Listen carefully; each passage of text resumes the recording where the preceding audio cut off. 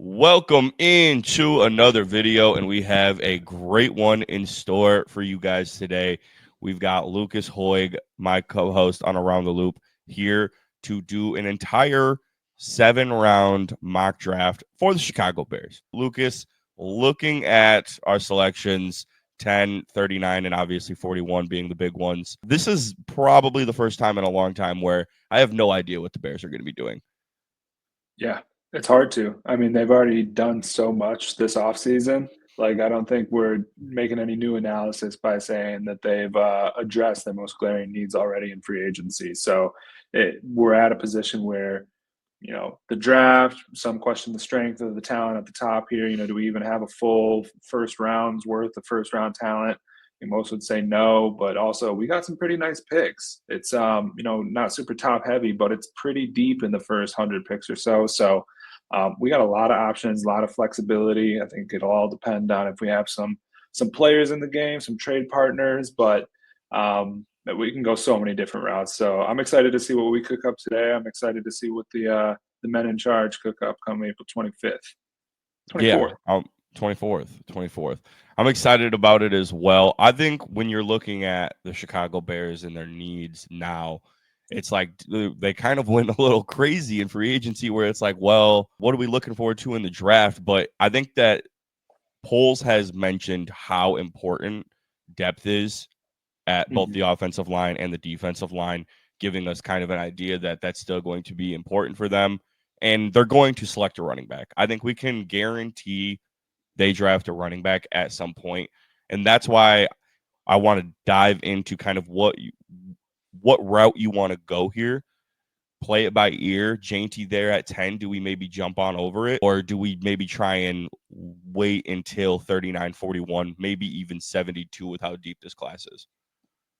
Yeah, no, I was thinking about that, and I think 72 is the latest I feel comfortable taking a running back, and I think to your point, like we got to take one in this draft. Um, Ashton Genty's probably my second choice. I could be swayed in either direction right now. As far as realistic people that might be there, I think him and Will Campbell both, um, have a solid story as to why they might be that pick there, but. I wouldn't be upset if we took Genty at 10. That is for dang sure. So my first option with 10, if it was me there, I'd love to trade back, get another second, early third round pick, get to the late teens, early 20s, and maybe the guy that Poles loves is still there, and everyone comes away a little extra happy. But at the same time, if we don't have any of those players in the game and Genty's on the board, maybe you realize that the talent's not going to be there, and you're not going to stock up on like all these shots at the dartboard. So you might just want to take that last true blue chip, clear cut top running back in the draft and jump on Genty. So I don't know. Convince me one way or the other. Maybe tomorrow I'll wake up and have a different opinion, but I'm certainly not going to be complaining if he puts on a Bears uniform. I say we get right into it real quick before I pull it up. Any opportunity for a trade up? I don't know if I really want to trade up. I kind of want to extend this thing out. I just Yeah. think, Abdul Carter's really good. And if there's a chance that he's there at 4, I would not be against it. But for me, I think we just maybe play it safe. Or are you all over that? Like if Carter's there at 4, get on the phone with New England.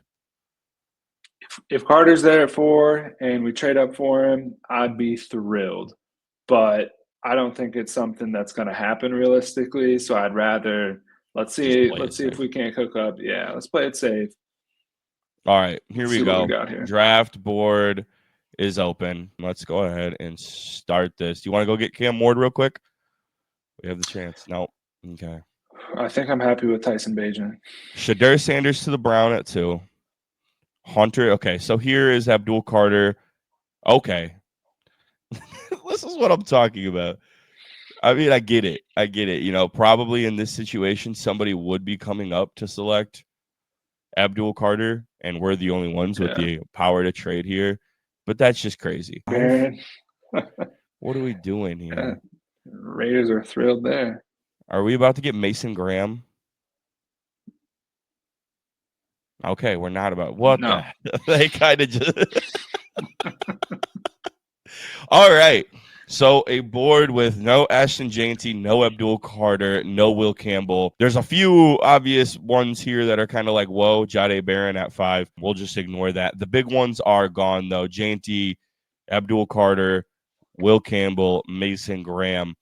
We are now floating with the possibility of Armand Membo here, Lucas. What are you feeling here? We have 6 offers in the trade back. Membo is one of my top guys, though. Yeah, I've never felt strongly about Membu just because I think he's done so well at right tackle. I think his preferred position would be right tackle, and I don't know that that's probably the single position outside of quarterback that I would prefer we don't draft. Like Yeah. even as a backup piece, like Darnell Wright, that's our right tackle of the future. And so unless you can convince me that he'll, be our left tackle and that we'll move on from Braxton and that it'll be a significant upgrade.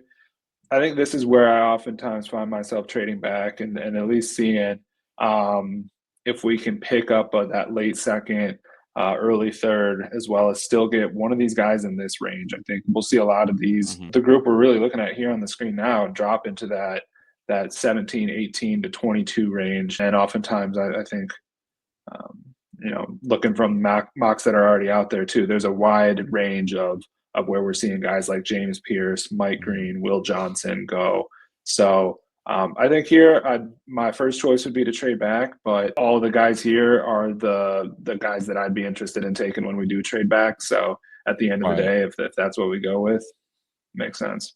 It's funny because I did just see Kyle Long talking about Membo being a right tackle and if he could be able to make the switch to left a lot. He didn't. He really said that it shouldn't be too much of a problem. But I'm with you here. I kind of want to gauge a trade back right now. Personally, I don't think Membo will even be there at 10, if I'm being honest with you. I think he's going to be another one of those guys that goes. Let's gauge a trade back here. I think Seattle would probably be perfect for me. That 18 range. Let's see what we can get. Obviously, we're not going to get that. If we can get, 52 likely accepted. I mean, I would be happy with just 50 if I'm being honest with you. I think if you're going anything more than that in an 18 to 10 jump, I think it gets a little unrealistic with you for it kind of. I think 50 would be really good though. What do you think? That's tough. I mean, that's 8 picks you're jumping up here. 50, that's a nice pick to have. I could definitely see it being right around there. Yeah, because you got to think they're not coming up for a quarterback, so you don't need to involve a first round pick into it. An 8-pick jump into the top 10 is still a big jump, but a weaker class, you get 4 top 50 picks. I would really enjoy this offer. Let's just throw ourselves a 4th round pick next year, just because. Of course. Let's do it. And I mean they're the one team now outside of the Bears that have 2 second-round picks this draft, and we'll take it. And so if it makes sense for anyone, maybe a little foreshadowing of the Bears trading back up into the late first come draft night, but we're maybe really even the 2 tonight. teams that have that extra capital. Maybe even tonight. There we go. Let's see this. All right, so let's resume this. I have a feeling they're going to go Membo here, but it's PFF, so probably not.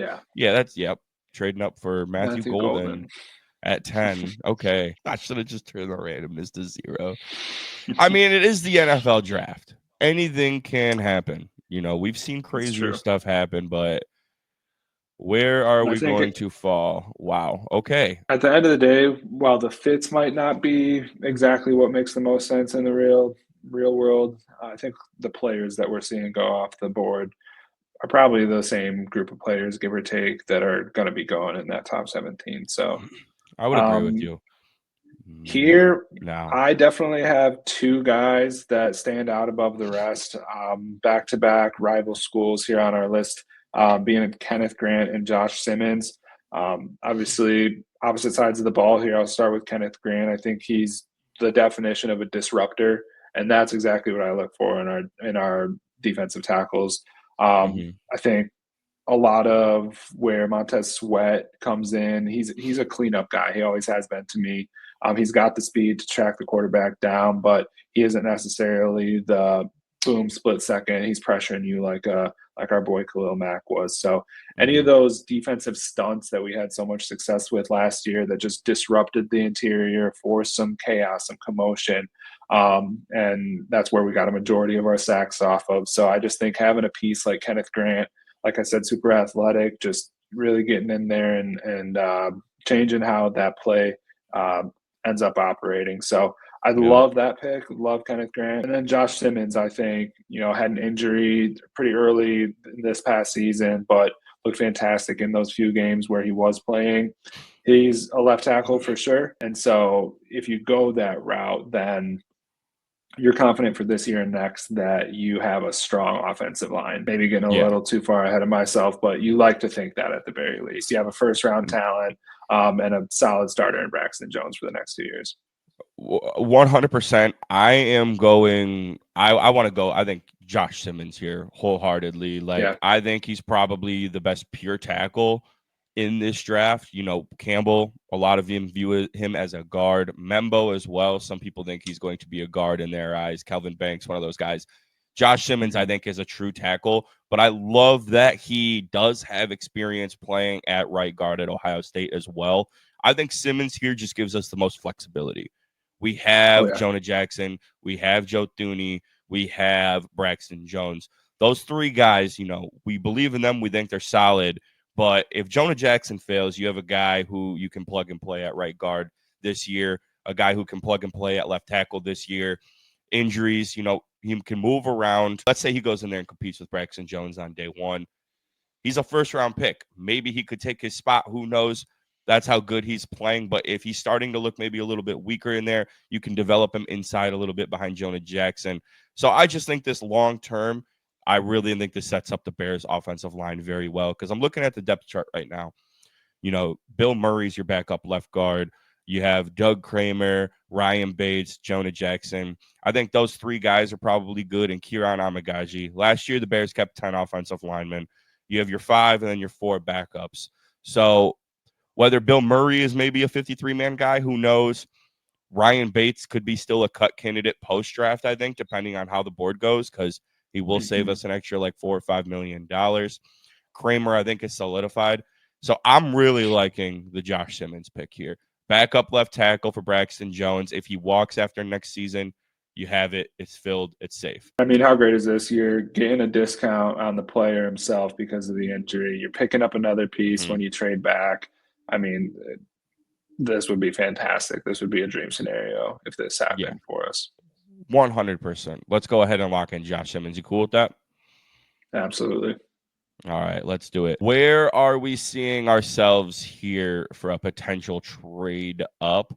Looking at these late round guys, who would you be willing to come back up for if we start to see a big slip? Let's name one guy that we like. If he starts to slip into the late, 20s, early 30s, we come back up for here with our 3 second-round picks. Yeah, Kenneth Grant's that one guy where, again, I mentioned him when we were picking just now, but I think he's one of those guys who in a typical year is probably still a first-round pick. And so if he happens to slide, there's a good run of strong defensive tackles that we'll probably see start coming off the board here. And any one of those guys, I'm thinking of the Derek Harmon, the Walter Nolan, the Kenneth Grant, any one of those guys, if they start to slide and if Poles has the conviction and likes those guys, I'm happy moving up. I don't feel like at this point it's going to cost as much as maybe a typical year. I kind of keep going back to that because of the draft strength. To do a move like this, like, a second next, I don't even know. I'd have to look at some similar trades, but I don't. You could think about it like 39 and 72 could probably get you up into like the late 20s, I would say. Yeah, maybe. yeah, exactly. I don't know. Maybe. I don't know. That might be a little light. We'll see. We'll see. If Kenneth Grant starts to fall into the late 20s, early 30s, we'll make the call. If not, we'll probably just play this one out. Who's my guy? Who's your guy? I'll say Omarion Hampton. Okay. That was my other name. I'll go with Omarion Hampton. So if Omarion Hampton makes his way to, let's put him at 29. If he makes his way to 28, we'll come back up for Omarion Hampton. Calvin Banks. I think the reason I'd feel good there, I think there is a definite tier between Hampton and whoever you have at running back 3. So okay, hold on. Here we go. Do we want to jump Washington? I'm willing to come back in. Our next, we give them 39 and 72. Okay, wow. So that seems like They were too eager. they're too eager. Let's give them 39, 148, 26% chance. Oh, okay. So how would you feel about that? You think 39 and 72 is too much of a price to pay? How about 50 and 72? 50 and 72, that's a lot of picks to come up. Wow, really? 92% chance to be accepted. Now I feel like we're just getting into the unrealistic aspect of this.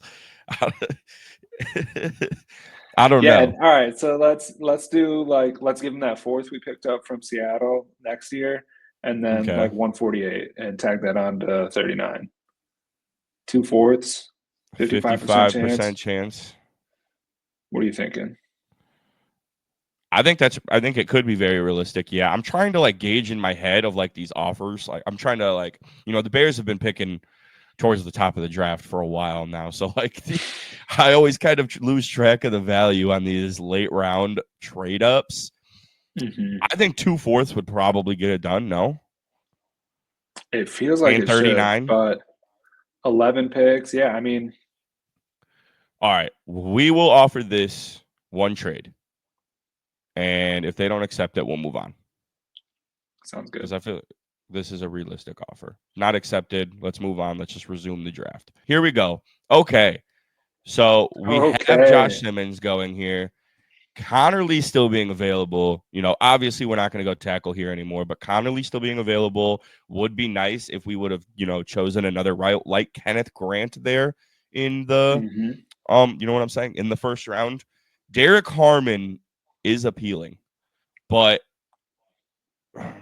I don't know. I'm this is interesting because we're gonna have a run here and we got to think about running backs. I'm starting to think at this point I want to wait until 50 to touch RB. How do you feel about that? I think there's there's a lot of talent right here on our screen right now. Hmm. And I think I would prefer to wait till 50 because you're not waiting that what 31 picks between 41 and 72 like had we not traded back. Hmm. Yeah, I think there's going to be a lot of running backs that go in that range. Hmm. And so you're still using that draft capital that we picked up. This is turning out great, to be honest. Yeah, because So I'm there's with you. there's I'm with you. Let's. there's some players that I don't want to risk losing here. And I Yeah, think exactly. there's no doubt about it. I think that there's a good chance that you can get both either Travion Henry. This is what's really intriguing between me and you because I think our RB boys are different, but we will discuss that when we get to the point of Hmm. 50 here. So let's go ahead and kick it off with 39. Are you thinking Harmon here? Because honestly, I don't mind Harmon. He's getting mocked a lot in the first round, but I, you know, I love Landon Jackson the more I watch him. You and me are on the same page there. I think Landon Jackson. If there's anyone I had to put my guy tag on, it'd be Landon Jackson this year. So I think that'd probably be my choice. Mhm. Um, and then there's still, Watts. Would love to talk about him at 41 if he's still on the board. Harmon, we're just two picks away. So it's not like Mhm. we're missing out on both of those guys. If you have others in mind, same applies. So I Yeah. like Landon Jackson here. Maybe a little early for some, but I love him. I love him. I want to, yeah, because I want to go Landon Jackson here because I don't think we got to worry about the Saints taking potentially Watts. They already have Harmon as well. So we're going to still have, I think, the opportunity to draft Harmon because they went Mason Graham in the first round. So if we Hmm. want to rediscuss Harmon at 41, we can. But I want to go Landon Jackson here. Maxwell Harrison, also an interesting guy still available. So let's take Landon Jackson Hmm. here and recoup at 41, depending on who goes. So there goes a running back, Caleb Johnson at 40. That's intriguing from the New Orleans Saints. And I'm just going to go out here and say it right now. I'm happy that it happened Hmm. because he was number 6 on my board, and I didn't want to discuss him with you at 50. Yeah. That Oh, I is, would have eaten that up at 50. I was going to say, I'm happy that he just went because I think me and you were going to disagree on Caleb Johnson. I think we can avoid some disagreements moving forward. But here we are at 41. I really do like the idea of Xavier Watts. So let's go ahead. You plant in Landon Jackson at your left defensive end now, right behind Montez Sweat. You can either expect him to start day one over Odenigbo, or have him rotate in behind the two. And I'm looking at the depth chart now. So you've got two defensive ends with on the left side with Sweat and Jackson. You've got Odenigbo and Booker on the right side. I really like that because I think me and you both still want a taste of what Booker can potentially bring to the table. He had some really good Oh yeah. flashes in year one, showed out well in preseason. A guy we were high on pre-draft as well. I think I really wanted him in the fourth round. We took Torrey Taylor last year, and for us to come back up into the fifth round and get him, I was extremely happy with. So I want him definitely to be in the top four rotation of our defensive ends. And if you look at our defensive tackles right now, you got Grady Jarrett, Gravon Dexter as the left and right defensive tackles. Billings backing him up. I want to say that, okay, so they kept 10 defensive linemen and DBs last year as well. So that gives you what? 7 across the board with Zach Pickens, Chris Williams, Daniel Hardy, Dom Robb, all on my potential cut candidates, guys, looking into this season. Pickens just has not worked out in any way, shape, or form. So if we go Harmon here, I think you can solidify the defensive line now for a couple seasons. Like, that would really lock it in. I just don't know if it's necessarily, in my eyes, a true need right here. When you look at our free safety and our strong safeties positions, neither guy are under contract next year. Bayard's gone potentially. He's getting up there in age and extension. I wouldn't mind maybe a year on top of that, but anything more than that, we're pushing to the point of we could really see a deep decline in his play. And Brisker, while we've liked him, he's not really a true, ball hawk kind of guy, and the injuries have been piling up for him. He struggles to stay on the field at times. We both love us some Yeah. Kwani B. We do. But I think going safety here and Xavier Watts would probably be my selection at this point.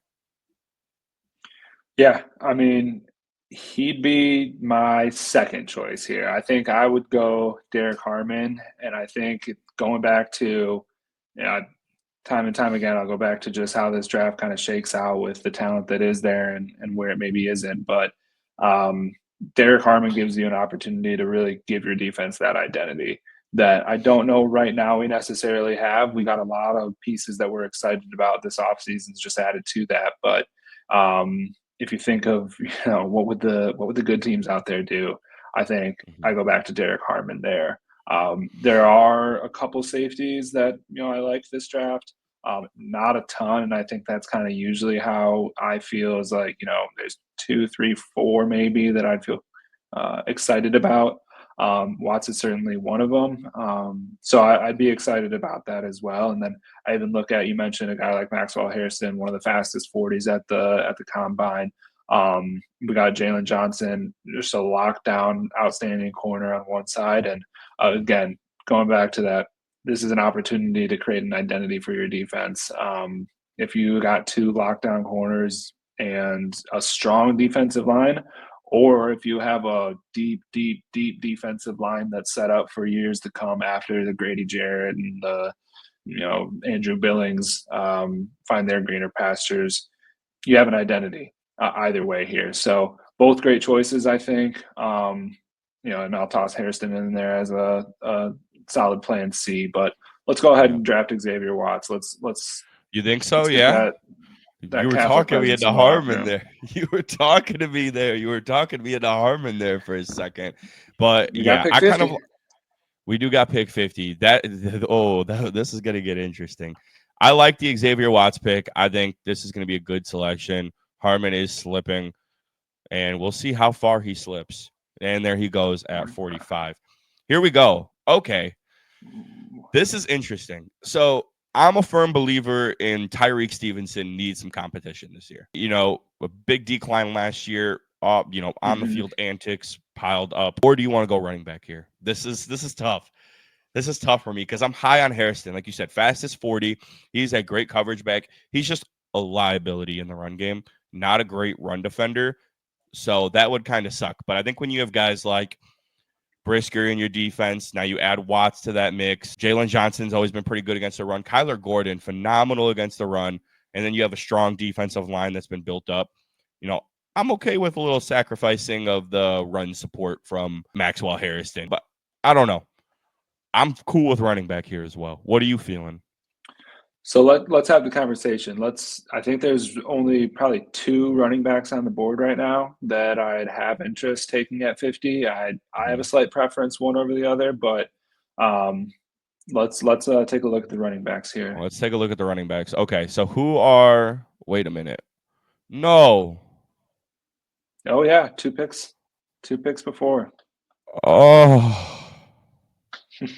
He was one of them. I think if Cam Scadaboo's there at 50 in this scenario, I would have been happy to take him. I think he's going to be a day one starter in the NFL. I think he's going to be fun to watch.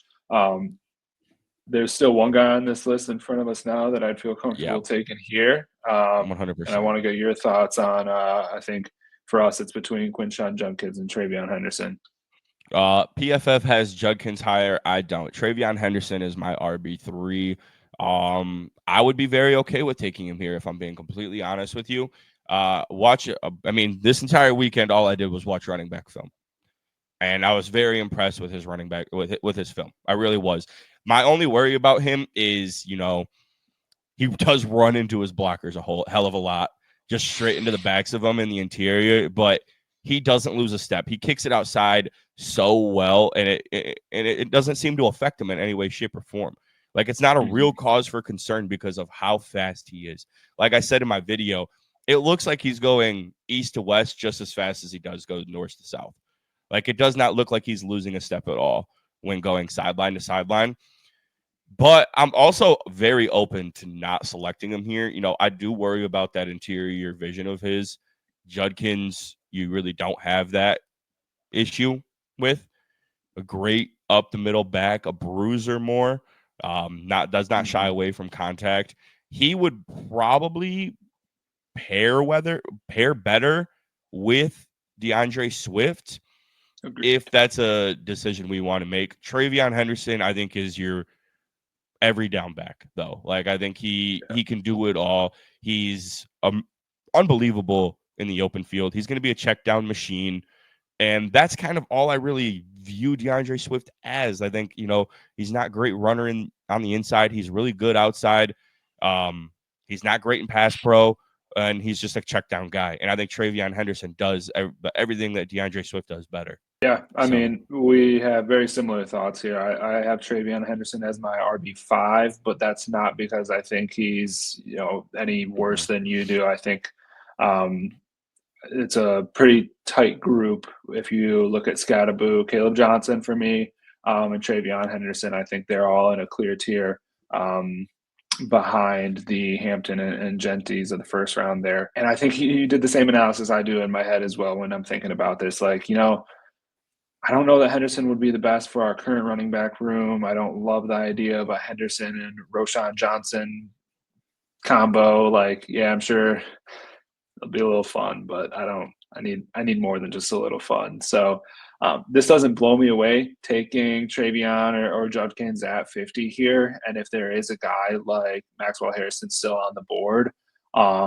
I would prefer going that route. And again, giving ourselves that identity, having 2 lockdown corners, and then we're coming up shortly here, pick 72, and we'll see if any of these running backs we like are still there. This is going to be interesting if we can see one of these guys still available at 72. Like, it's going to be a sweat. We're reaching that point now where people are going to take a running back in the 3rd round, whether they have one or not. Like, we've seen it done before. Scadaboo, I really wish was still on the board because where do you have Scadaboo in your rankings? He is 4 for me, just ahead of Henderson. Just ahead of Henderson? Okay, so we're just a little off behind on Caleb Johnson. Just behind Caleb Johnson. Okay, so it's going to be interesting. This is going to be a sweat to see if they can fall to 72. But I agree with you. I think taking Maxwell Harrison here is the right decision. Yeah, and there's still some edge depth there. I like Princely. I like Braden Swinson. Like, it seems kind of crazy to say that we're taking a safety and a cornerback in the 2nd round, though, doesn't it? We've done that before. We have. We but, have. We have. but you're right. Yeah. But hey, with the trade back, and I know, this is kind of turned out to be an ideal scenario if you ask me, but Mm-hmm. that just shows the benefit of trading back, picking up the depth, and then still being able to come away with a guy like Josh Simmons. Like, we'd be probably looking at a reach and an offensive lineman here that would just make us feel a little bit more comfortable as a swing tackler, some interior depth. But we checked that box with our first pick. We feel good about that box with our first Yep. pick. So, this is what we get to do now. We get to reap the rewards. Yeah, we do. All right, so let's take Maxwell Harrison out of Kentucky. Yeah. Let's do it. Oh, that feels so weird, doesn't it? Haven't done that yet. And now we get to really sweat this out. Travion Henderson just Bosses. went. Okay. Yeah. Henderson's It's all gone. right. Judkins is Coming up gone. quick. It is coming up fast. We are. And Samson is gone. Okay. So I'm going to be completely honest with you. I would be okay with still selecting a running back here. I don't know if you've gotten to dive into the tape of either of these guys. Their ADPs are not great. Their ranks are not great per PFF. Rashard Smith could be an option here. Like, I think he's, looking at the ADP of what was it, 139.7. So that puts him around late fourth. 3-year wide receiver transfer. I don't know. Like, it would probably be considered a reach for a lot of people. Same with Baishul Tutin, but I have both of these guys over everybody else remaining.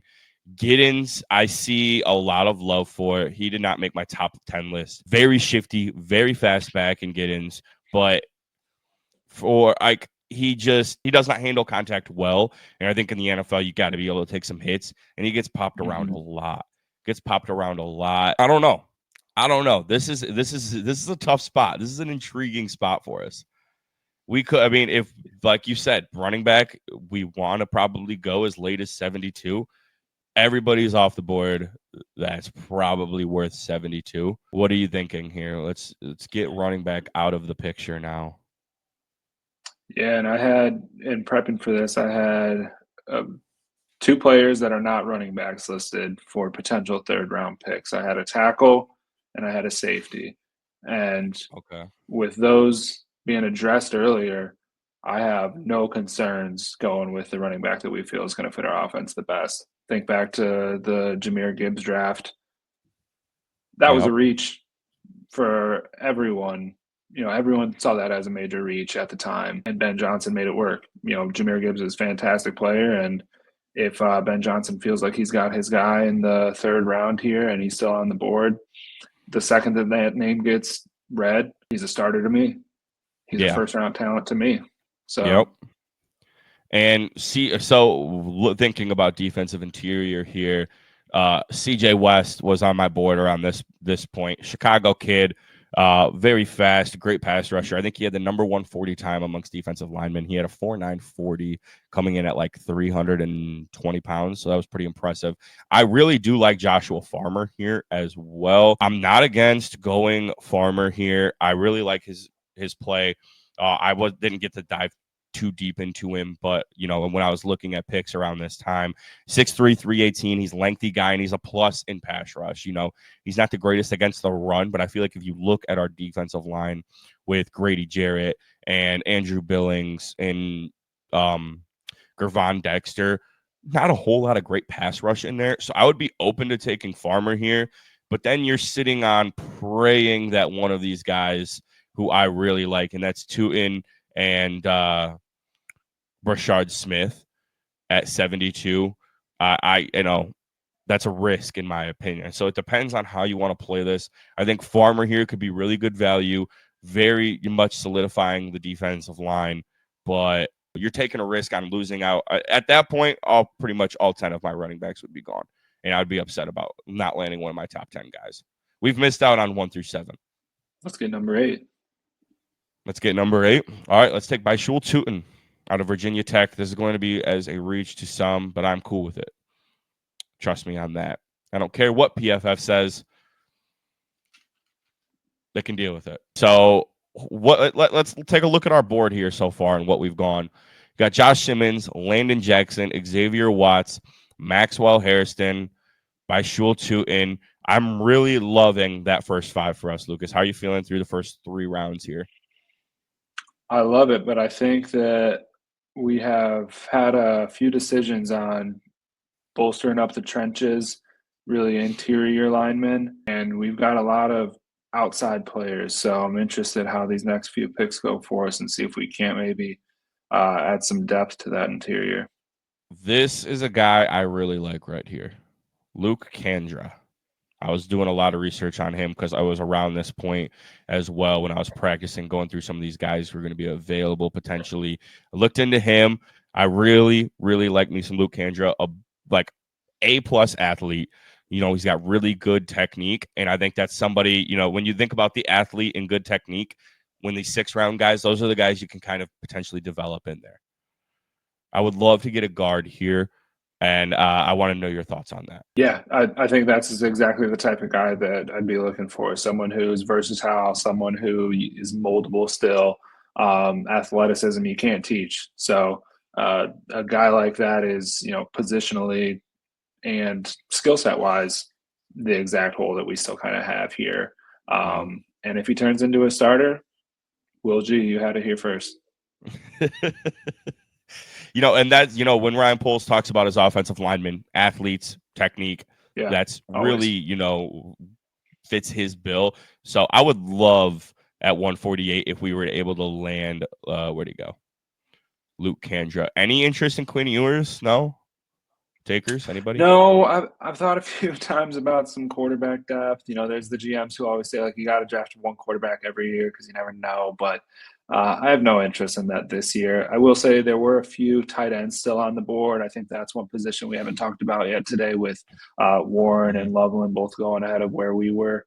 But that's one position where, we have our set in stone starter in Cole Kmet, and we signed some depth in free agency, but we don't really have that blossoming, that Isaiah Likely to the Mark Andrews. We are pretty thin past Cole Kmet. So we are. Not to say that we need to take one here, but it's another position I look for that, 100%. We can bolster. That really sucks that you're talking about it because there he is right there. Orlando Gaz. Jesus. I don't know how to say his name that well, but this is a guy I was looking into as well, getting some tight end depth, and he just went to pick before us. Orlando Gadsden. There you go. Fun fact, his dad caught Dan Marino's last career touchdown pass. Fun fact indeed. Fun fact indeed. So now we're kind of a little bit to play around with here. I want to talk about this linebacker I was looking into, Smail Mondin. All right, I don't know how to say his name. Let me pull it up for you here real quick. He's got to be around here. There he is. How would you pronounce that? Smail Mondon. Yeah. Smail. Love this guy. They say he might be the best athlete at the linebacker position in the draft.